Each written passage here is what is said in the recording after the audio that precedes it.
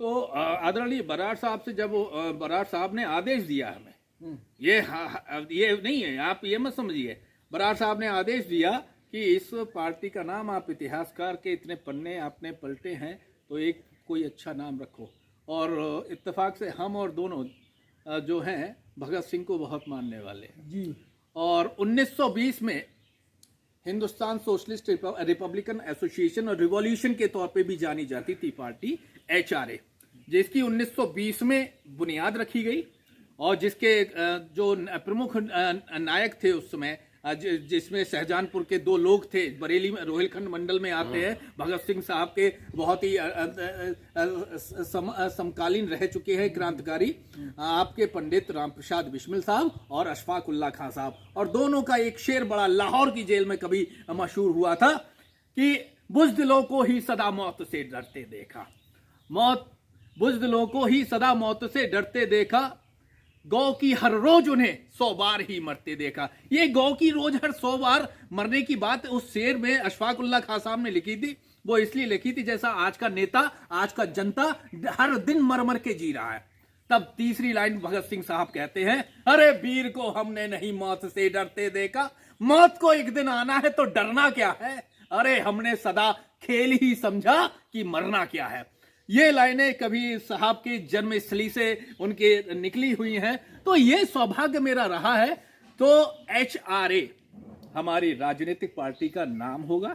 HRA full form HRA Hindustan, इसको आज जो एक नया नाम दिया है रिवॉल्यूशन पार्टी के तौर पे रहेगा, ठीक है। तो HRA जो रहेगा, HRA हमारे देश की, जो हमारे संविधान में भी, मैं आपको बताऊं, संविधान के भाग 4 में जाइए और भाग 4 के 51 काम मौलिक अधिकारों को, मौलिक कर्तव्यों को आप जब पढ़ेंगे तो मौलिक कर्तव्यों का पहला और दूसरे आप अनुच्छेद में जाएंगे तो वहां पर सीधा लिखा है कि हम अपने देश के जो क्रांतिकारी आंदोलन हुए, जो देश के निर्माण में सहयोगी है, ऐसे बड़े आदर्शों को भी हम संजो के अपने मन में रखें और उसको जन जन तक पहुंचाएं। तो ये हमारा जीवन का उद्देश्य नहीं है, ये हमारा राष्ट्रीय मौलिक कर्तव्य है कि हम अपनी ऐसे स्वतंत्रता के आंदोलनों से प्रेरित होकर कुछ करें जो लोगों को न केवल आज के परिदृश्य में देश को बदले, अपितु वो आने वाली जनरेशन को भी बढ़ाए। देश की सबसे बड़ी पार्टी भारतीय जनता पार्टी, दूसरे नंबर पर कांग्रेस है और उत्तर प्रदेश में सपा बसपा है। अब ऐसी स्थिति में ऐसी जो पार्टी बनी है उनका नेटवर्क बहुत मजबूत है, उसको कैसे फेस करेंगे? देखिए, ये सवाल जो आपने कहा, मैं आपको बता दूं, बराड़ साहब 1977 में थे तो भाजपा पैदा भी नहीं हुई थी जी। 1977 में भाजपा का जन्म भी नहीं हुआ था। नेटवर्क को कैसे बनाएंगे? ठीक है। दूसरी चीज है, आपकी कांग्रेस की बात कहे तो कांग्रेस तो इस देश के स्वतंत्रता आंदोलनों का एक बहुत बड़ा समर रहा है, महासंगम रहा है, उसने बहुत कुछ दिया है। मगर पार्टी कोई गलत नहीं होती, पार्टी में जो नेतृत्व करता है वो गलत हो सकते हैं। तो भाजपा से तो मेरा कोई, जिसे कह सकते कोई लेना देना है नहीं। और सीधी सी बात कहूंगा, जो भारत के संविधान का नहीं वो हिंदुस्तान का नहीं, सीधी सी बात है। और रही बात जनता के विचार, साहब ने इंदिरा गांधी का विरोध किया।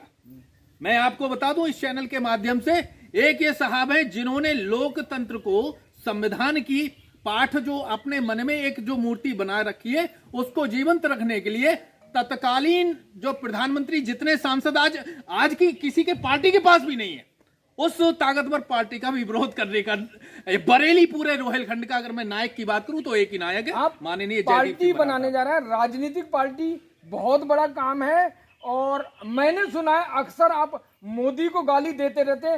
10 साल काम किया है, मोदी के बेमिसाल कार्यकाल है, मोदी देश के प्रधानमंत्री हैं और वे देश के लिए बहुत कुछ कर चुके हैं। 10 साल में अगर जनता उन्हें पसंद नहीं करती तो 2 बार कैसे बन जाते। तो सबसे पहले एक संविधान के दायरे में लेके मोदी के कार्यकाल के बारे में थोड़ा बताएं। आपने कहा मोदी का 10 साल का बेमिसाल जी, तो ये भी लाइन बोल दी थी, एक देश है पूरा बेहाल। भाई आपको, अगर आप उस समय की पत्रकारिता, जब जेपी आंदोलन चला, अगर उस समय के पत्रकार होते तब आप ये कहते बेमिसाल नहीं, ये देश का बेहाल हाल है, ठीक है। तो पत्रकारिता वेरीफाई कैसे करेंगे? बेहाल है, मेरे हिसाब से मोदी बहुत बढ़िया कर रहा है। आपके लिए बेहाल है तो सीधी सी बात है, मेरे लिए बेमिसाल। हाँ, आपके लिए बेमिसाल है। बेमिसाल किसे कहते हैं? बेहतरीन कार्य, ऐतिहासिक कार्य, 370 बिल को मतलब वो खत्म कर दिया जो, और बहुत सारे ऐसे काम हैं जो मोदी ने किए हैं और आज भी बहुत सारे ऐसे काम कर रहे हैं जो काबिल तारीफ है। चलिए 370 के बारे में बता दूं। सरदार पटेल साहब, अब ये थोड़ा इतिहास में जाना पड़ेगा आपको, ठीक है, क्योंकि बिना इतिहास के तथ्यों को जाने आप कुछ नहीं कर सकते जी। अगर मोदी में दम है तो 370 का तो वो तो एक अस्थाई आपका प्रावधान था, जो बाद में हरि सिंह साहब ने, वो तो हरि सिंह साहब की उस समय जब रियासतों का एकीकरण हो रहा था तो हरि सिंह साहब ने कहा कि यहाँ की जो संपत्ति है वो कश्मीरियों के हाथ में रहे, ये मेरी मन है। मगर उन्होंने वहां पे जब उन्होंने कबीलाई जब लोगों का वहां आक्रमण हुआ तो महाराजा हरि सिंह की हालत खराब हो गई, तो उन्होंने जब लेटर लिखा सरदार साहब से, क्योंकि नेहरू अपना हस्तक्षेप कर रहा था, मगर उस समय हरि सिंह साहब ने कहा, क्योंकि जब नाके पे रोक दिया, जम्मू कश्मीर में नेहरू को घुसने तक नहीं दिया, बोले मुझे ये पसंद नहीं है ये व्यक्ति, मुझे केवल मैं सरदार साहब को पसंद करता हूं, तब जाके सरदार साहब ने कहा आप दिल्ली आओ और अपनी बात रखो और ऐसा ऐसा है कि आप हमें हमारी सुरक्षा करें। तो सरदार साहब ने कहा मैं पूरी तरह तुम्हारी सुरक्षा करूंगा, सरदार हूं तो सरदार का काम ही है संरक्षण भी देना और सुरक्षा भी देना।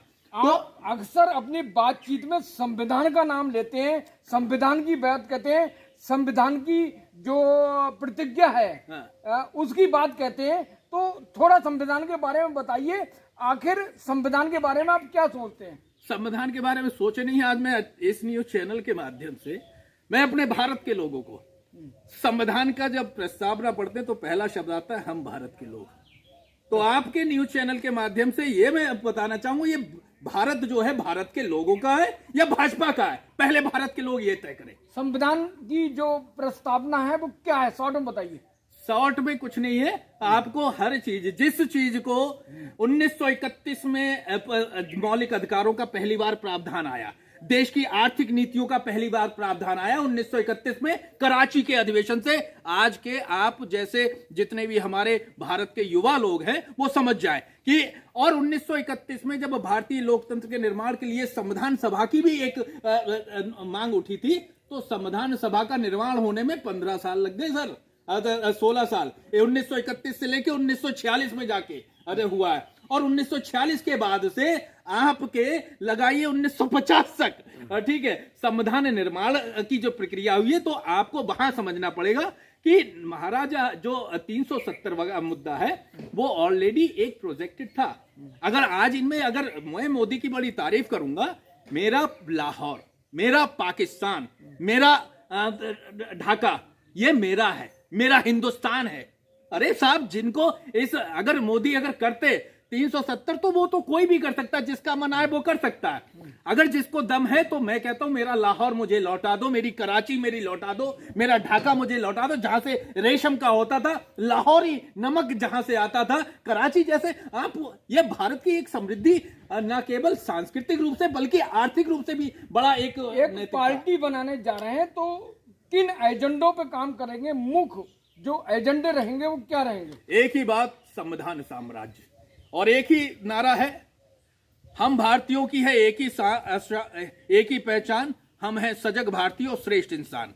और दूसरा नारा, हमारा संविधान हमारा विधान। मतलब इसके अलावा और कुछ करना ही नहीं है आप लोगों। संविधान को जन जन तक पहुंचाएंगे, संविधान के अधिकारों को जनता तक पहुंचाएंगे।